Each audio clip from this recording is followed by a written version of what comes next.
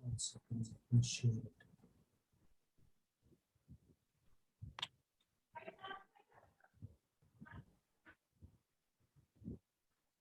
So repeating the same question like yesterday, what is competency?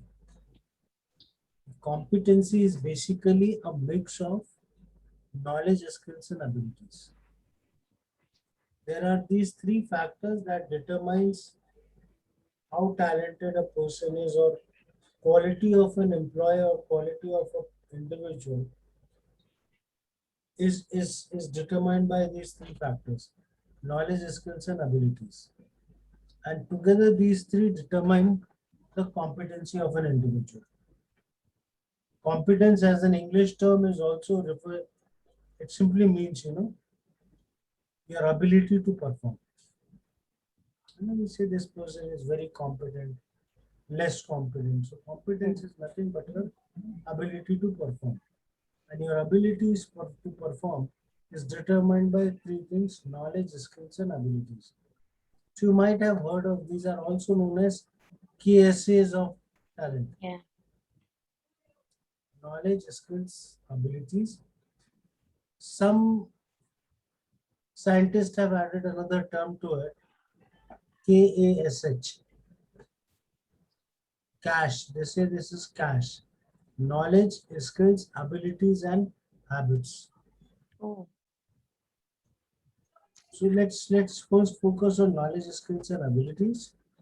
Now, why I'm talking about knowledge, skills, and abilities? Knowledge is something that you gain through your education.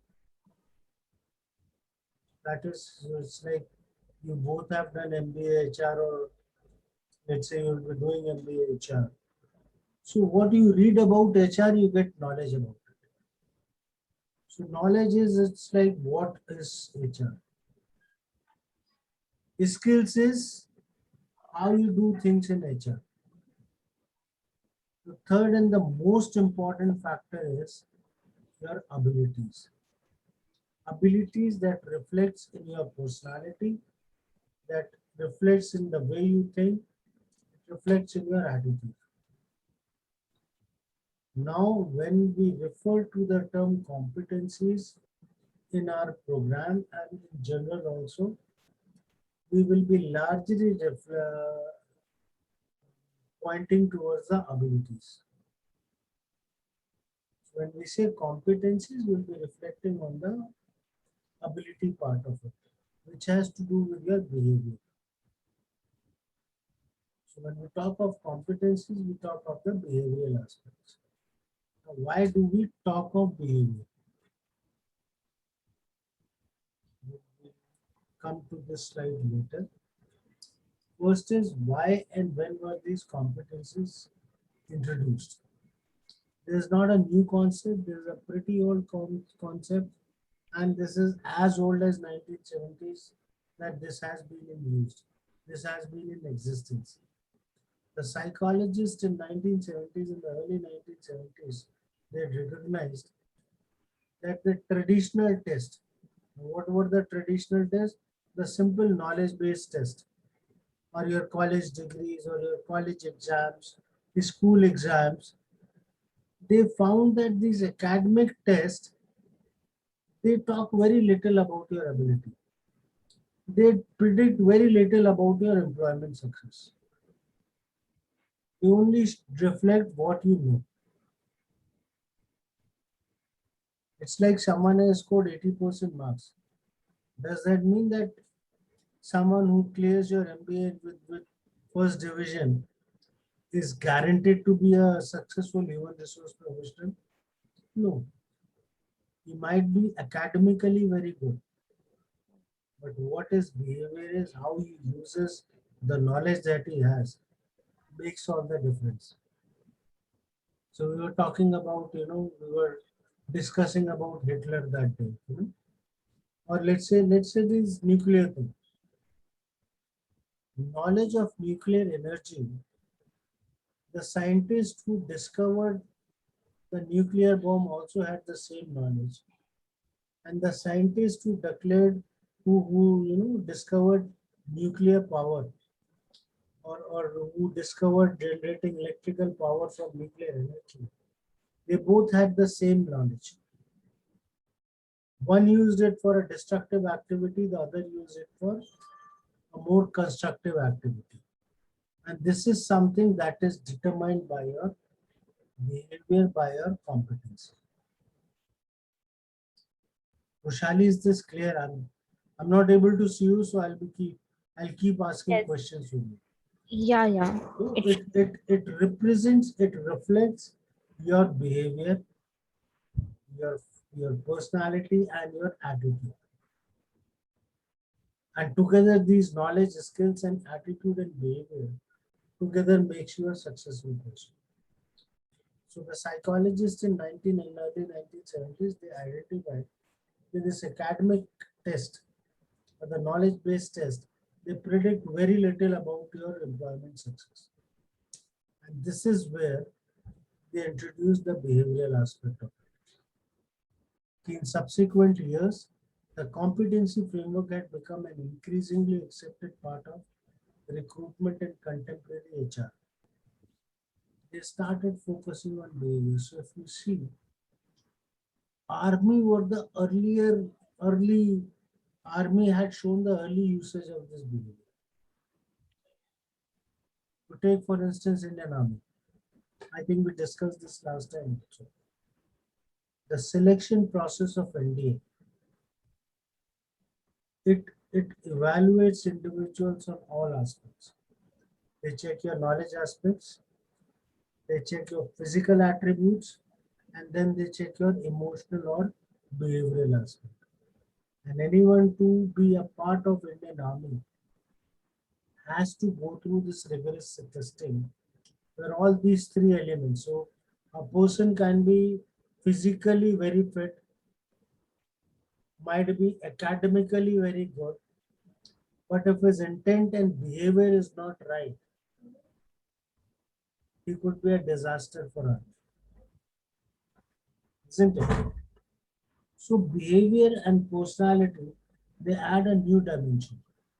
Army was just an example because they were the early adapters of behavior and competencies. But now slowly it has been adapted well by the organizations, especially in terms of HR. Now, if you see, a lot of companies have introduced psychometric assessments in their selection process. You just apply. The first thing they do is they do a behavioral assessment. They do a psychometric assessment. Once you clear that assessment, then only the process moves ahead. So, Mansi, you would have certainly, as a part of your education, you would have studied a lot. Roshali, have you used any psychometrics so far? I haven't used it, but while I was applying in one particular company, I have given that test. Which test it was? What kind of test it was? That It would be has, a. Hmm. yeah, it different situations they were asking, and then five parameters were given, like sometimes, never, agree, disagree, like this. What do you think they were trying to test? How would I react to certain situation, or how will I make decision, Did you like behavioral notice? aspect. Did you notice one thing in that test? There were repeated questions, Yes. and that was for a purpose. So, Mansi, what does this test do? So basically, I think whatever she has explained, I can understand which test she might have given. It would be definitely a personality test, because what they usually do is that there is positive marking and there is negative marking in tests. So Mhm. one question is asked both ways to see if your answer is consistent to both of them. If your answer goes wrong for one, then again there has been some discrepancy in that person's, the way he reacts to situations. It is different, because if in one statement he says that I'm usually upset throughout my day, and in the next thing, if he is asked that my daily activities really make me happy, and if he has said agree to that, then again it is a contradictory, that he's saying he's upset but he's saying he's enjoying his daily activities also. So that tells us a lot about. There is no right, there is no wrong when it comes to psychometrics. Hmm. It's all about your personality. It's all about how you're going to react in a particular situation. And it's all about fitment. Now, an organization can see with this kind of behavior, with this kind of personality, do you fit into this role or not? Or do you fit into this organization or not? Right? You might have strong knowledge, you might have good academic records, you might have good experience. Still, if your personality is not matching, they may not select you. For sure, I know this organization NIT. I have tried 3, 4 times as early as late 90s. Every time this test was given, I think 4 times, and 3 out of the 4 times I could reach to the next level. They were very particular.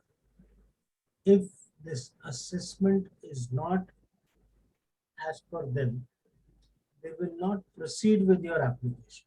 Hmm. However good experience you might have, whatever qualification you might have, they will only move ahead once your personality fits into them. And 1 out of those 4 times I was not even selected for the next round. So that is where companies have become very particular about it. And large organizations have been using it for some time, but now it is becoming a very popular concept. Even the smaller organizations are moving towards it. It determines, that's the only way you can predict success of an employee. That we say, no, whenever Sachin Tendulkar came to bat, or whenever Dhoni is there, we have that confidence because they will pull us out of this match.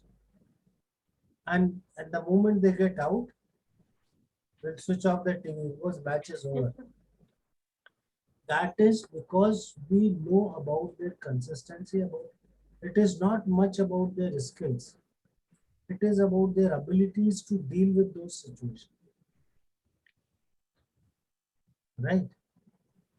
So that's how competencies make a whole lot difference, and this is becoming a very popular concept into HR. Today, many employers have a competency framework in place for their organization. A 2015 study, there's a very old report by Deloitte, and it said 89% of the best-in-class organization. Now, when they say best-in-class organization, they were referring to the large organization who are doing pretty well. 89 means most of them had defined competencies for all the roles, as opposed to 48% of the all other companies. The overall, at least half of the companies were not using it. And this shows why these majority of companies were successful, because they had a concrete structure that determined that success.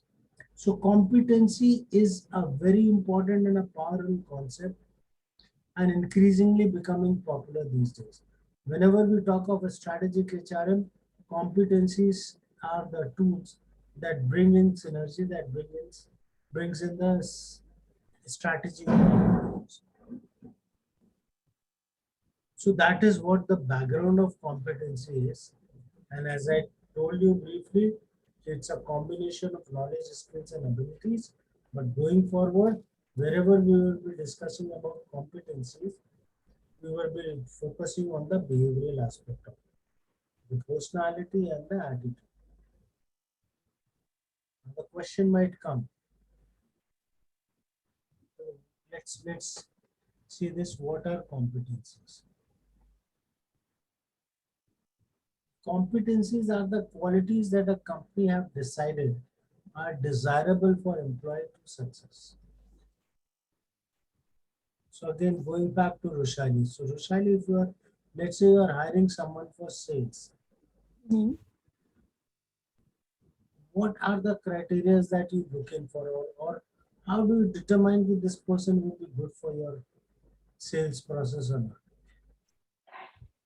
Okay, for any sales executive, selling skills is like top priority. He should be able to make a bond with his customers. So friendly nature is first thing which I'll look forward to. You hold on. You said selling skills. Hmm? Selling is a Hmm. skill, but Yeah. you qualified with behaviors. Establishing a bond with the prospect or a customer is a behavior. Not every salesman has this quality. Getting the point? Yes. It So that is is it. competency. That is the behavioral aspect of it. Let's say sometimes we say we need someone who's a good communicator. Now, what is good in communication? Communication is a skill, but communication is also a competency or a behavior, because how well you interact with people, not everyone can do that. See, communication, anyways, if we say a large number of people will mean communication by good English, isn't it? A strong language. But that is not communication, that is only language. How well you understand people, how well you connect to them, how well you explain them, and that is your behavior. So competencies are those behaviors that organization feels are desirable for a success. So like you gave this example for a salesperson. Any person who can connect with people well, connect with the audience well, convince them, or establish a bond with them, is will be good for sales. Now this person could be a BA, this person could be a BCom, this person could be MBA in sales. If he can connect with people, if he can establish a bond, he can do a sale. Otherwise, now why I'm repeating this point or bringing in this point is going blindly after the qualification makes no difference. I mean, it's a usual practice that when we are hiring someone, let's hire an MBA. An MBA is not a guarantee of success. Your degree only reflects that you got an opportunity to learn. Whether you learned or not is still lies with you. It still depends on you. So competencies are different than qualification. They are used as benchmarks against which assessors can evaluate candidate or employee. So like I asked Rushali this question about salesperson. So Rushali is going to evaluate, she has sent a benchmark. If a person cannot connect with others, cannot establish a bond, he is not fit. So these are the quality parameters, these are the benchmarks that the organization set, which can be used while evaluating and assessing a candidate or an employee. They are not skills, but they are like them. What does this mean?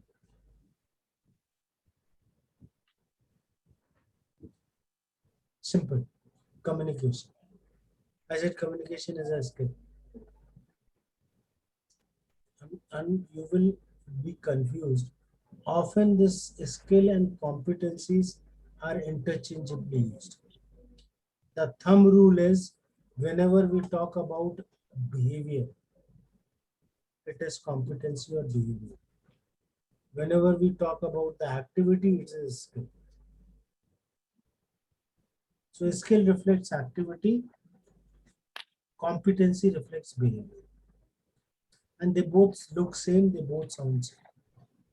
So when I say a person must have a strong communication skills. So when we talk of language and the method of delivery, it is a skill. When we talk of expressing, presenting, that becomes a behavior.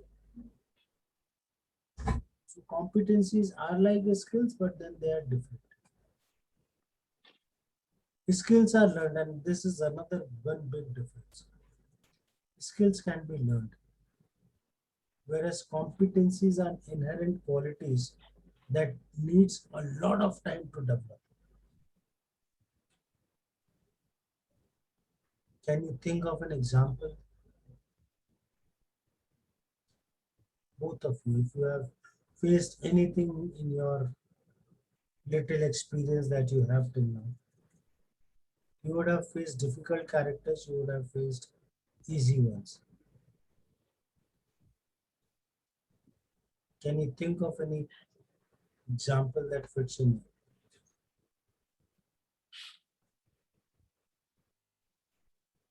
So when it suppose there is one team of developers. Okay. Okay. So now among that team, one person, after 2 years, we Mm. need one team leader. Mm. So there are many people, but management will always select that person who is having that inherent quality of taking everyone together or leading a team or getting work done. They can learn. This is their already having, whereas whole team know how to develop anything. Correct. A very good example, Rushali. See, because if you have to change, it's not that the competencies cannot be developed, but to change someone's behavior, to develop new habit, it takes a lot of time.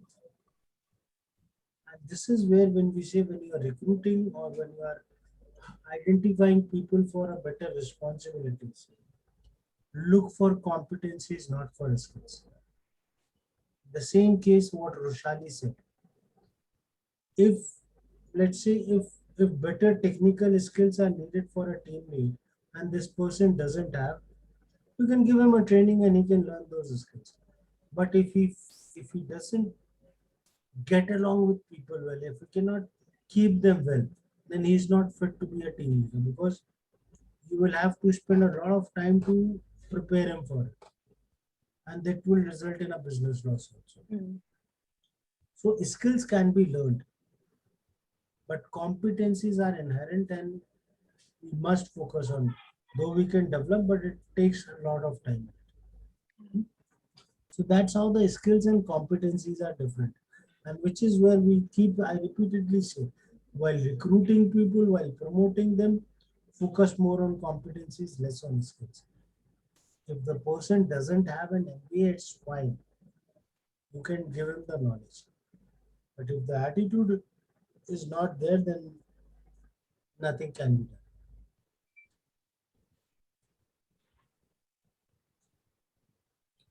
Differences. So skill is the ability to do something while competencies are behaviors. That's what. So a similar example what Rushali gave. If 10 people might be skilled at computer programming, but perhaps only 5 will work in a way that is in line with company's culture. Now the company culture would be respectful to management, working efficiently, having good time management, and being a effective team member. Now these are habits, these are behaviors. These can be developed, but they do take a lot of time. Skill, if they don't know how to do a coding or programming, or let's say a new language is coming in, you can easily train them. It's happening today also. No? So much technology is developing, the new programming languages are evolving. You organize the training, they will learn it. But these behaviors are difficult to adapt, right? Right. Skills are specific where competencies are not. So skills is just a very technical skill. You can do it or you cannot do it. A talented open heart surgeon who is rude to their team. First thing is the surgeon is good, he has good knowledge. He has knowledge, skills and all. But he is very rude to his team. He gives relatives bad news in a non-challenge manner. and hasn't kept up studying with the latest development in the industry. So he is rude, he is not taking care of patients well, he is not learning well, he is not upgrading himself. He would not be considered to be succeeding in a role. You would never want to promote such a person, or will you? No. Because can he do a surgery? Yes, he can do a Yes, you surgery. can. That is a skill. How well he does surgery, how well he performs, how much of care he takes, how friendly, Mm. just in the month of February, I had undergone an angioplasty. I had a blockage in heart and I was hospitalized and a stent was put in. I still remember it was the whole activity took almost 2.5 hours.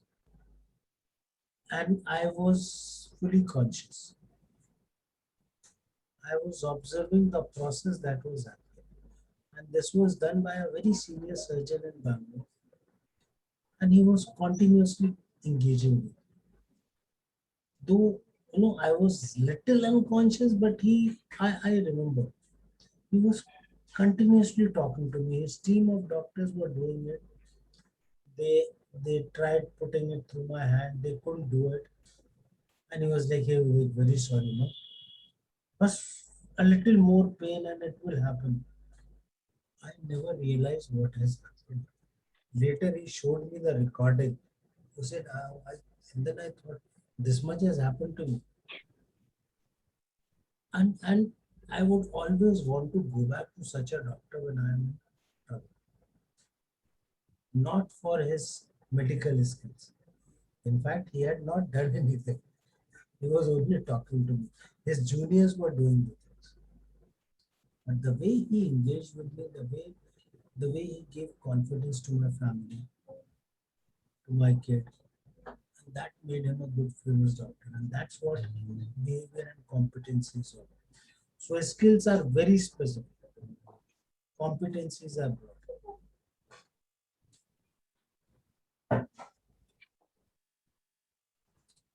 How do we develop competencies?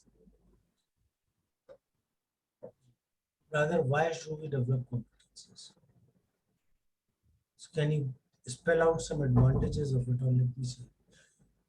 The first thing, if we can't define competencies, we can't measure them. It's like, a lot of recruiters keep crying, hey, I don't get the right candidate. And I ask them this simple question, do you know what is right? And a majority of them fail to answer. So when you yourself don't know what is right, how will you ever be able to hire a right candidate? No, it's like luck. You hired someone, it turns out to be good. You are lucky enough. So first thing first, you should be able to define what competencies. If you are able to define these competencies that are critical to the job, you can estimate the success of the employee. So we can't define competencies, we can't measure them. And if we can't measure the success of our employees, we won't know whom to promote or how to help them who can help them do this. How do we help the ones who are struggling? And this is where we need to design competencies, and this is why competencies are there. In both of your organization, are you using competencies? No. No. Just think of this situation. A lot of the times, your employees are not performing. There would be certainly some employees who are not performing well. What do we do with them? What do you do with them? So in my organization, we are facing this a lot of time because these are sales employees, and it is, as I'm the only one in HR, and my sir and my ma'am, we three are there currently, and the VP keeps on monitoring everyone. But many a times we are not able to understand that why they're not performing, or why is there, non-performance of those employees. So at that time, sir usually tries to talk with them. I talk to them, try to understand, try to comfort them, like what is the issue going on. Mostly it is related to salaries or expenses, those kind of things, because as this is a very new startup, the rolling is not yet happening in the organization. So it is at times the salary date goes ahead, so we are not able to pay them on time. So mostly these are the reasons for the non performance. So how will competencies help you in this?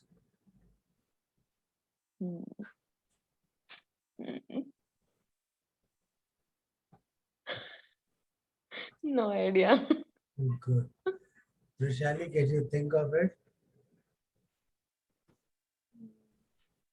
I think hiring those people who are, capable of achieving their targets, who are capable of, are confident enough that they will generate that much business, showing those leadership qualities or showing that confidence. Those employees are those candidates are necessary to be hired.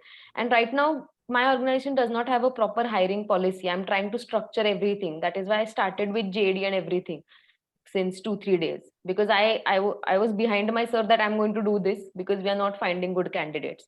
And as the employees are really far away from Maharashtra, sir is not able to continuously fly out there and see the real situation, what is going on.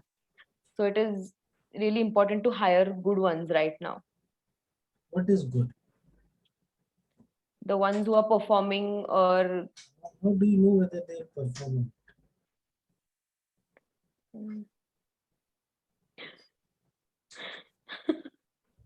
So let's switch to Rushali. So we can hire those who are enthusiastic that they will do this task. Whatever. I just love this. She brings out very good points. She is bang. You need to look at now, considering the situation that you are in. Your rolling is not happening. Revenue is a concern. At times, salary is paid late. You need people who are not very financially dependent, Hmm. or so who can sustain. And you need people who have a lot of enthusiasm. I'll give you an example. When I started this skill hub thing 2 years back, I had hired a lot of people. And it was a bootstrap thing I was doing on my own. I basically lost a lot of money because all these people who came, they were only, they were working to get a salary. I lost up to it. Even then, I last year when this COVID came, I was, kind of ground zero. I was negative. Whatever is little I had developed was all washed out, and I didn't know what to do. And I could not afford any people. I had to leave out people also. This is where I realized my mistake. And all this content that you study was created by my students, by interns. And I found them much better because they were doing it for learning. Hmm. They were not working for money. And honestly, I was not in a position to pay anything. And I did not pay them. But they were happily contributing to it because their agenda, their focus was to learn. So this year, again, when we were doing the restructuring, we had not hired any. We took interns. Hmm. So, sorry, one of them is working with you also, Mansi. Yeah. And you will find that enthusiasm. And they have started showing that. Being the scenario I'm in, the kind of company, I need people who are looking to achieve something, not money. because money is the only thing that I cannot pay. I can give them experience, I can give them knowledge, I can give them opportunity to learn. I can give them opportunity to make mistakes, Yeah. and that's why they are working. And that's where competency becomes very important for any organization, big or small. Find out what is good for your organization. Choose those kind of people. So first thing first, you need to define the competencies. Hmm. And that's how competencies help you define and measure success. So with competencies, you'll be able to define and measure the success of the role. You can recruit high quality staff because now you are focusing on competencies, on the behaviors that guarantee success or that predict success. Set expectations for every new employee. An employee also get to know the expectation from the role. No? When you say competencies, they also know what they are expected to do. Hmm. So provide a competency framework with which to evaluate performance. One of the big advantage of competencies is it provides standardization in the organization. Whoever is recruiting in your organization will follow this. Whoever is promoting and evaluating employees will follow this. There is a standard structure. The subjectivity, the bias is eliminated. Mansi feels, I need people with more, let's say, longevity. Roshali feels I need people who are quick to pick up sales.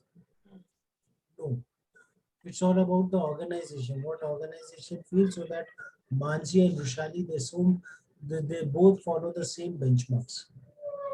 And that brings in uniformity in the organization and reduces or eliminates the bias in the organization. Correct.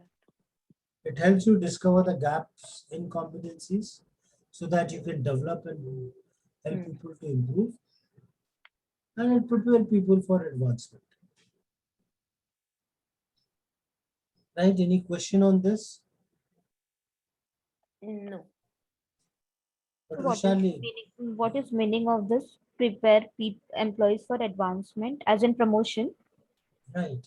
As in growth, you also want to grow in the organization, right? Mm-hmm. Now, if you know at the next level, let's say you are at HR, let's say you are an HR manager. Now you are eyeing to become a head of HR. If you know what kind of competencies are needed in an HR head, you start preparing yourself. You start reflecting that. You start showcasing that so that someone can identify, oh, Rushali has this ability or capability to become an HR head, or she demonstrates that kind of competencies. This is how high potential candidates are identified. There is no written test, there is no sales process, there is nothing. Your behavior determines whether you will grow or not. My 2.5 decades of career, I had a very humble beginning. In my life, I had never even thought of that I would be a trainer. My society had full confidence in me. This guy is good for nothing. Teaching is, even I myself never thought I'll be ever teaching. I was so good in studies. I had, I had a series of failures in my classes, in my education. I was so bad. I was not bad, but yes, I never studied. Hmm. And my first job was I was learning computers in Aptech. And the center owner, he said, Vivek, why don't you become a lab trainer or a lab instructor? I said, sir, how can I be a lab instructor? They will ask me questions, who will answer? I was so good. He said, hey, don't worry, you just manage the discipline in the lab. Because this was a small place in UP and you can understand the kind of rowdyism. He said, you can handle them well. You just sit in the lab. Make sure that the girls are not disturbed. Whenever they ask question, there are a lot of trainers sitting, they'll come and handle it. I said, good. And I'll get some pocket money also. That was the beginning. And then the students started calling me, sir, I have a problem. And I started feeling ashamed. When they're calling me sir, and I'm calling someone else to answer their question. I thought, let me handle it. That's where the journey began. And then I spent 25 years in that industry, and I have taught some of the very seniors also. So it's all about because that center owner identified some behavioral aspect in me. Hmm. I had no proven records there. I was academically very poor. When I was learning computers, I was like, happy-go-lucky person. Aega musti karega and he will go. I was not bad, but I was not studying. But this person realized it, and I still owe it to him. Whenever I go back to my native, I meet him because he was the person who showed me. And this happened during my complete career. My growth, my progression from a lab instructor to a trainer to academic head to whatever,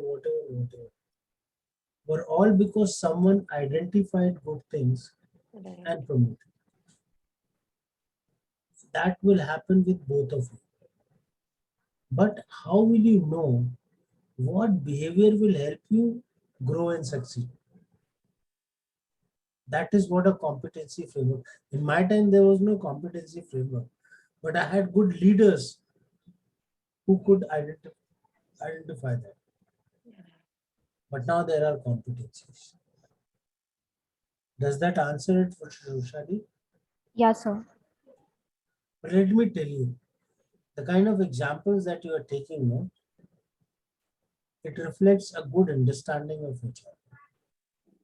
Just keep it up and keep improving. Yeah. Yeah, sir. You will have a long way to go in HR. Very few people think on that basis. Thank you, sir. Thank you.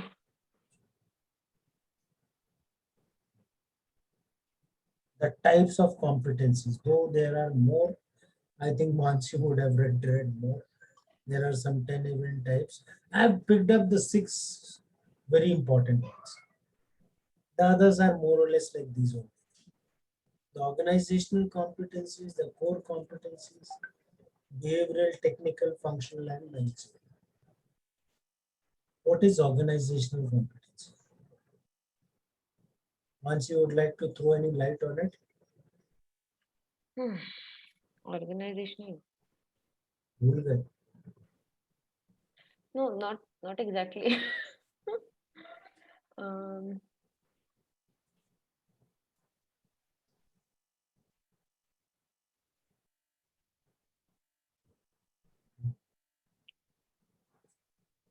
Sure. You don't know. cannot. So can I Shall guess? Yeah, please. Like for example, Tata is associated with trust. So when it comes to Tata as an organization, it has an competency of that trust element in it. You're so good, Roshali. See, organization is what are the core values of an organization that identifies organization. Now, how does it matter here?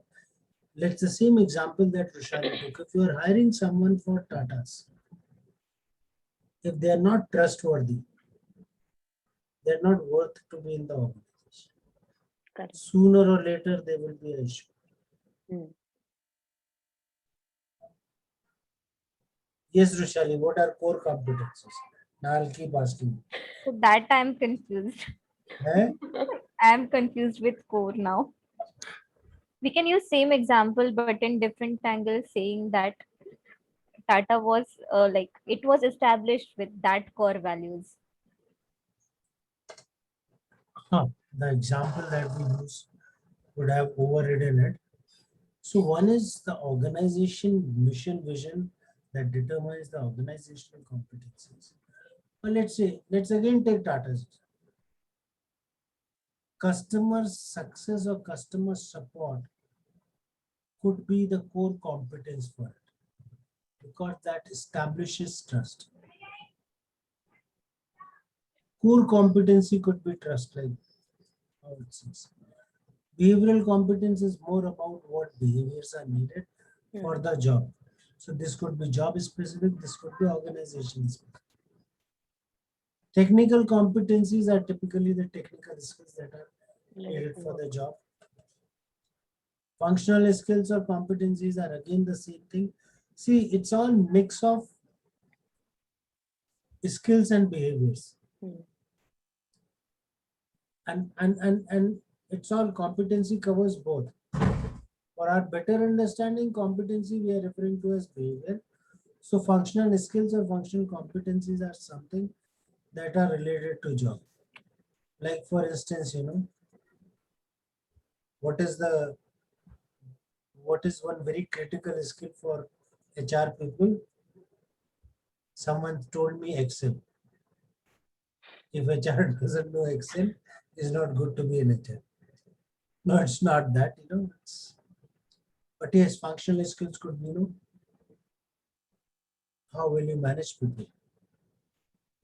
How will you recruit people? How will you engage with them?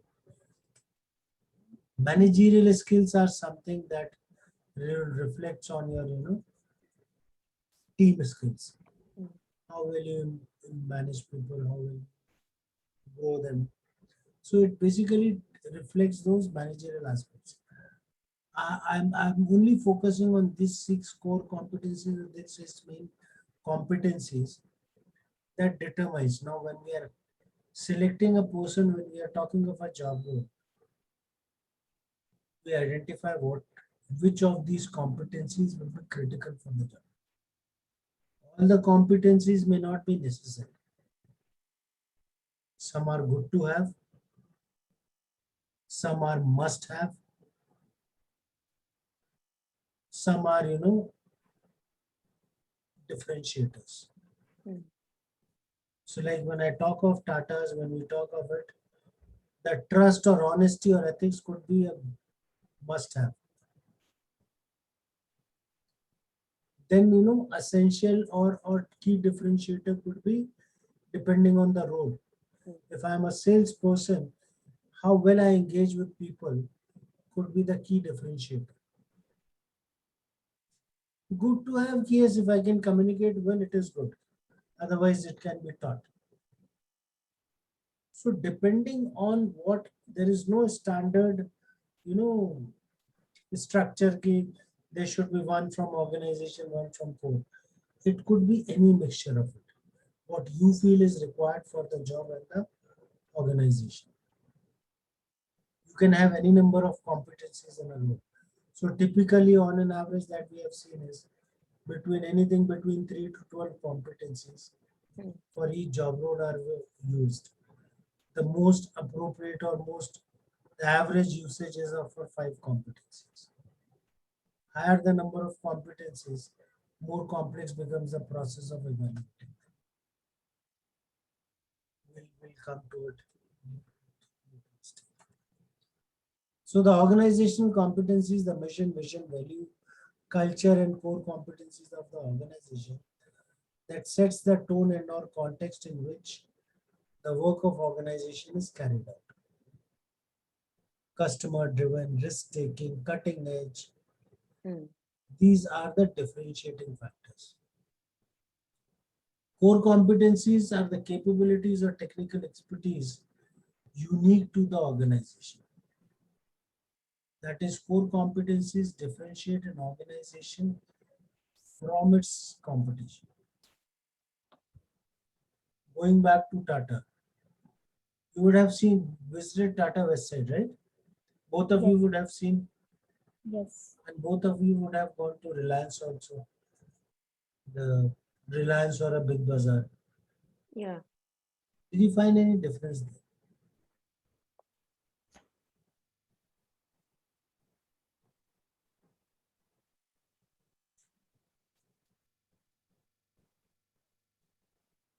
I'm sure, you both would be choosy while buying clothes, no? Yeah. You would have bought clothes from Westside also and from Reliance or Big Bazaar also. Yeah.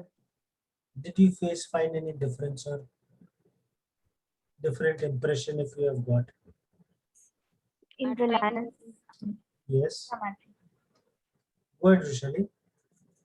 So in like Reliance, I have observed always that customer service person, they approach to us, they greet us, and they always ask our preference, like what are we looking for. Westside, mein they don't do this. No, not. I didn't experience it in which happening here. Anyways, I have found it. In fact, that has become a little common aspect of जिसमें भी जाते हो. They come reach out to you. hmm. Welcome, ma'am, or welcome, sir. What is it that you do? The basic difference, if you see, and at least this could be my perception that I have noticed. West side, the focus is on quality at an affordable cost.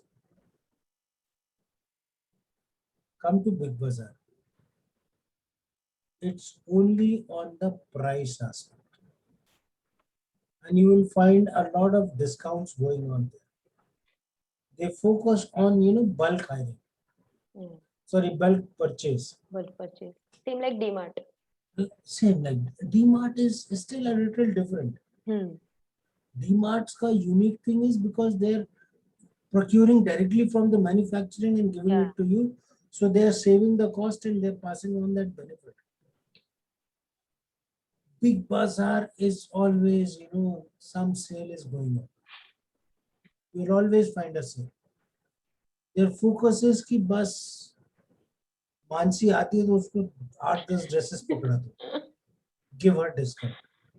Yeah. So the focus is on quality or price or quality at an affordable price to the number games.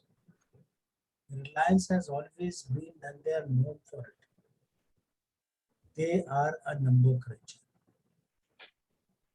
वो quality और price का बात नहीं करते. When they launched their mobile, they sold it for 500 rupees.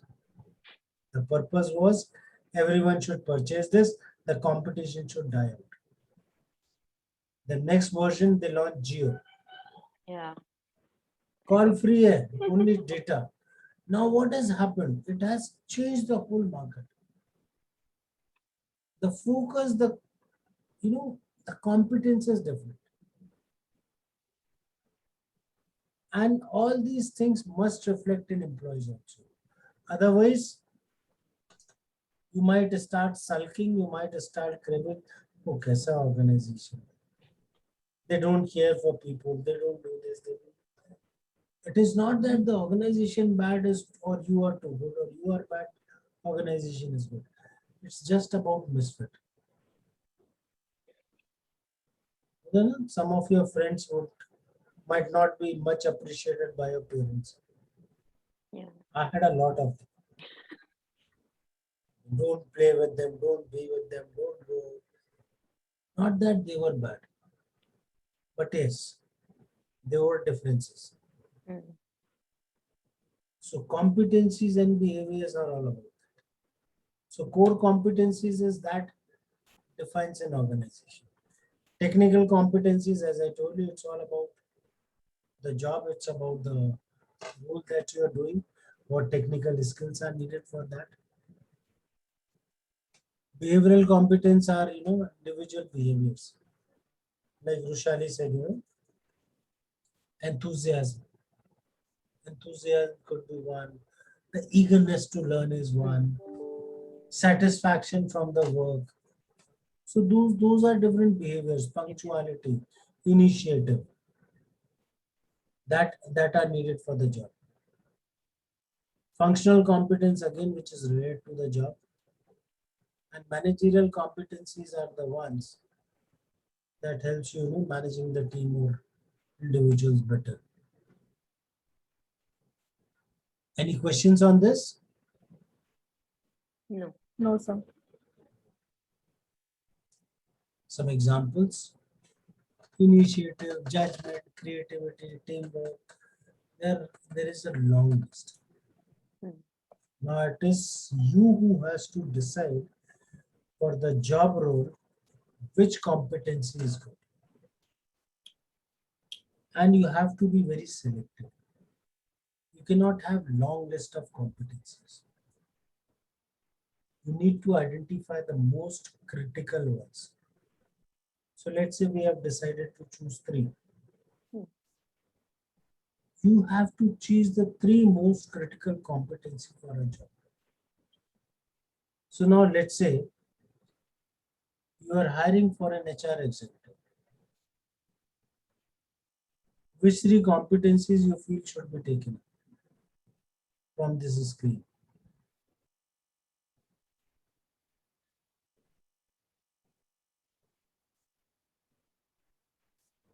Attention to details, Attention to detail, okay. um, problem solving, Problem solving. and communication. Vishali, what are your three?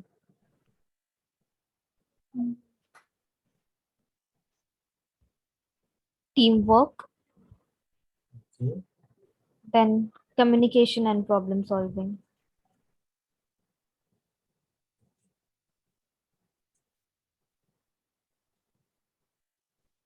Why not initiative?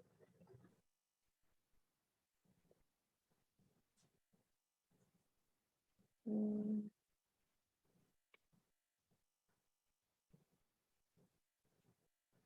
I'm not saying that what you said is wrong. This all depends on the organization. This all depends on the hmm. a role might need more than three competencies also. But we are choosing the three most critical ones which can fail a candidate. So if communication, yes, communication is important. Attention to detail or decision making or team development. Depending on the nature of the job, depending on the organization, we choose which competency would be good for it.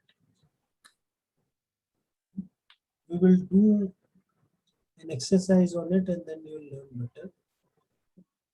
Let's see how we develop the competencies. This is a very simple process. We start with doing a job analysis. So we analyze the job, we understand the job specification, we understand the nature and responsibility and outcome of the job. Based on that, we identify to achieve this job or to accomplish this job, what knowledge, skill, and abilities are needed. So for knowledge, we say qualification. This is where we say MBA in HR is needed or MBA in psychology is needed. Because we know for this role, this knowledge would be needed. Hmm.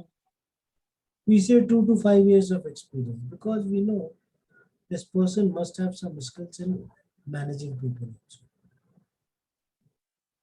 And the competencies are the behaviors. So we do the job analysis, we create a job description. From job description, we get the job specification, and then we identify competencies. We will do an exercise on it in the next session. So Praveen will also be there. So we'll get to know how it is done.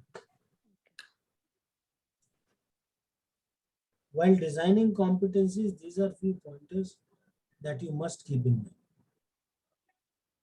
Identify the competencies that are critical to the business.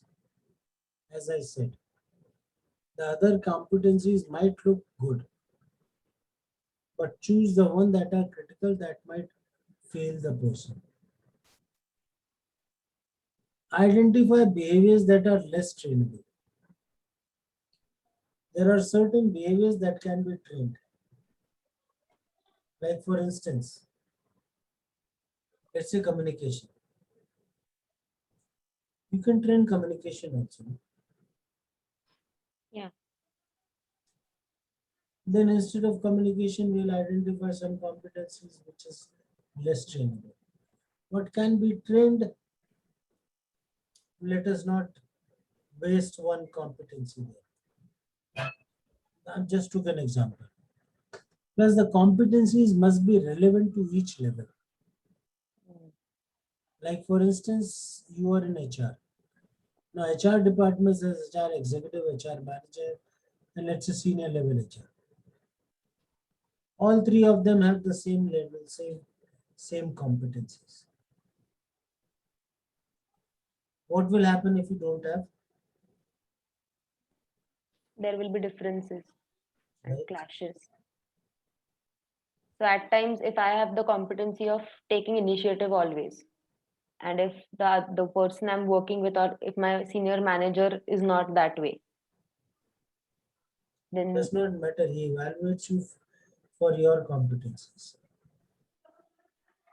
So what will happen is you have competencies for your role and you always try to better yourself on them. hmm, Why you are bettering that is you want to go to the next level. next level. But next level needs different competencies. So whatever you are doing is becoming a waste.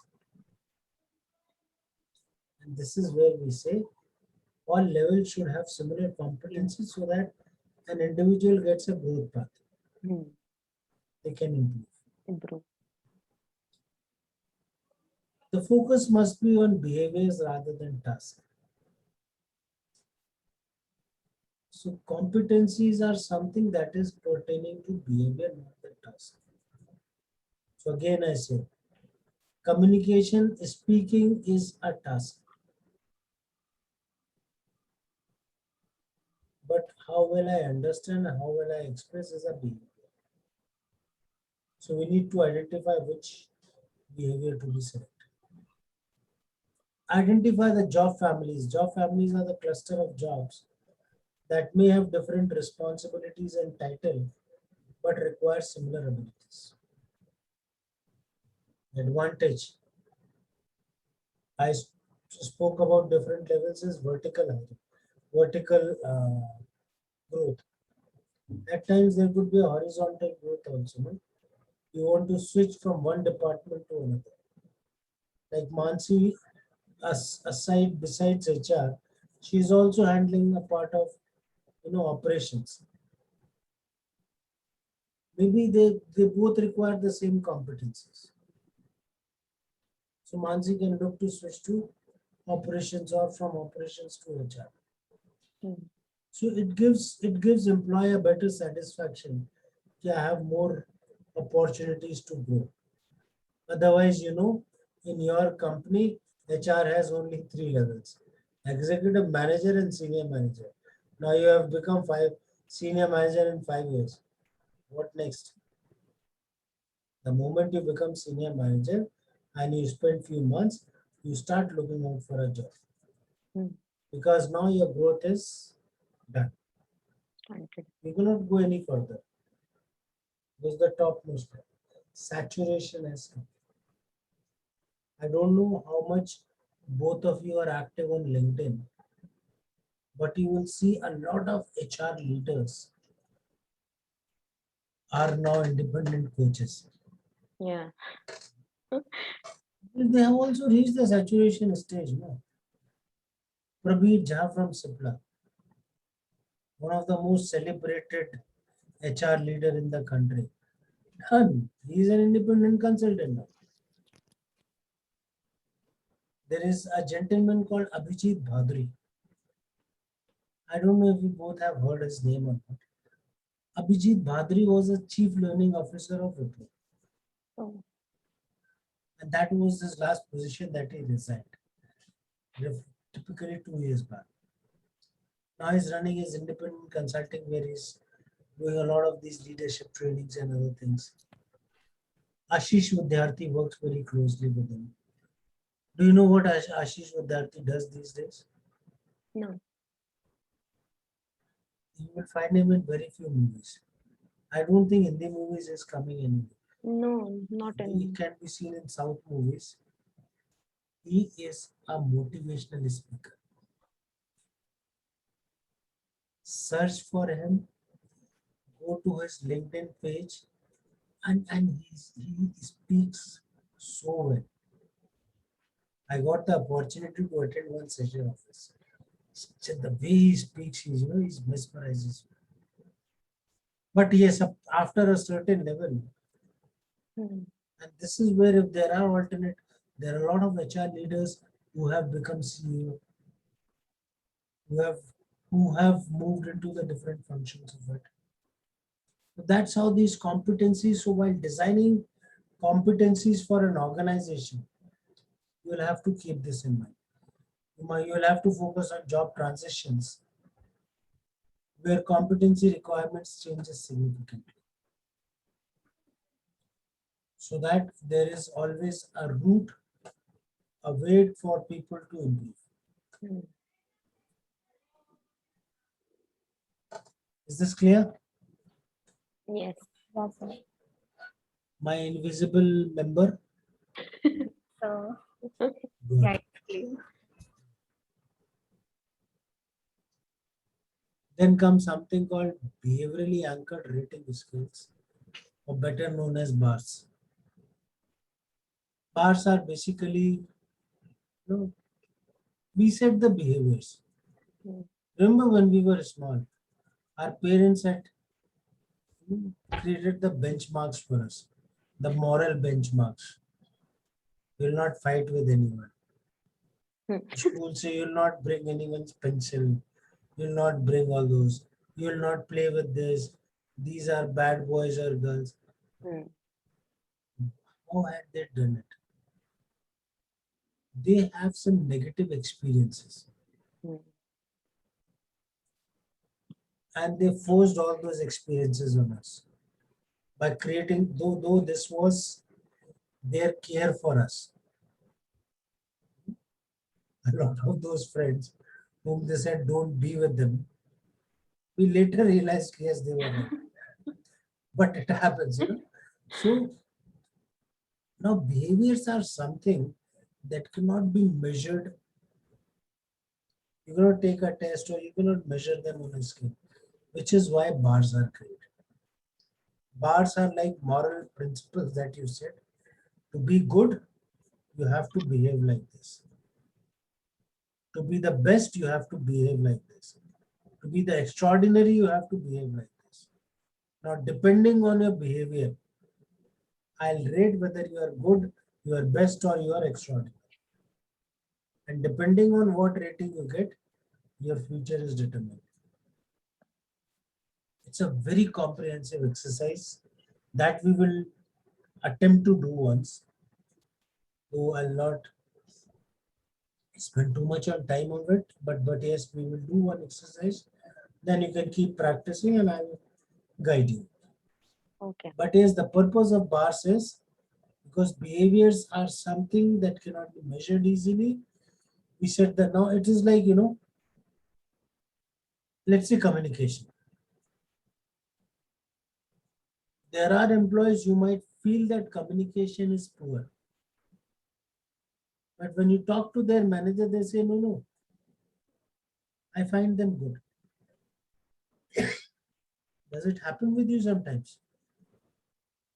Where your feeling, where what you feel and what the managers feel is different. Lot of time. And mostly it's related to behavior. Why? Because it is your own way of thinking. They have their own way of thinking. This created, this creates clashes. So the best is, let's define a uniform standard. You also follow the same, he also follows the same. Hmm. And this differences also give rise to biasness. You are trying to be authentic.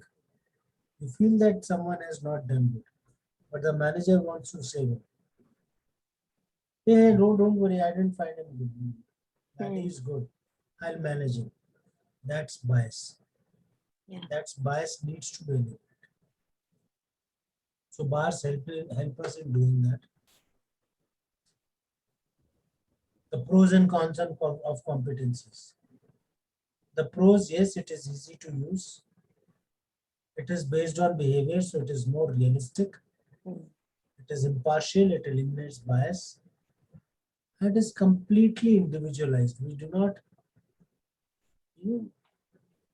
what to say, we do not frame people, this is one category, you all are liars. It is very individualized. But it's a very time consuming process.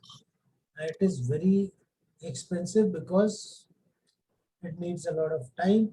It needs a specialized team to create it. And generally, it is not done by internal people. It is done by external agencies. So like Edmingle and the other one in Jamshedpur, we created for them. It demands management team that is highly devoted or motivated. All these changes will not be effective if the management is not involved.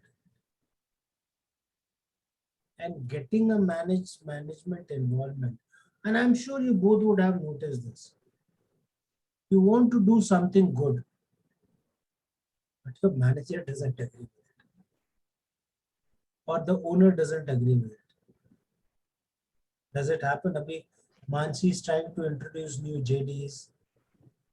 With JDs, she might introduce the competencies, and that will be the time when Mansi will face a lot of resistance.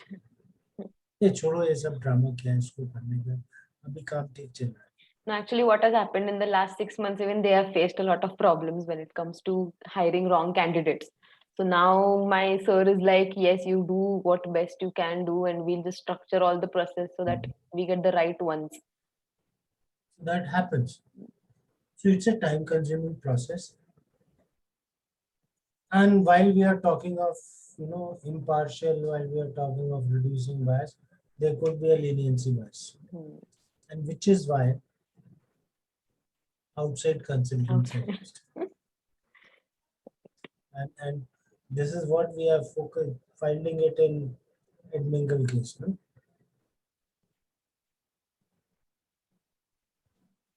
Rushali, any question? No, sir. सब समझ में आया कुछ भी नहीं आया?